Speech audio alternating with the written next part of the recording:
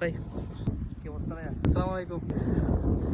আজকে ইফতারের প্ল্যানটা হঠাৎ, মানে কোনো পরিকল্পনা ছিল না। পরিবারকে নিয়ে ইফতার করার কথা ছিল, পরিবারের সাথে সবসময় করা হয়, কিন্তু কাজিনদের সাথে কোনো সময় করা হয়নি।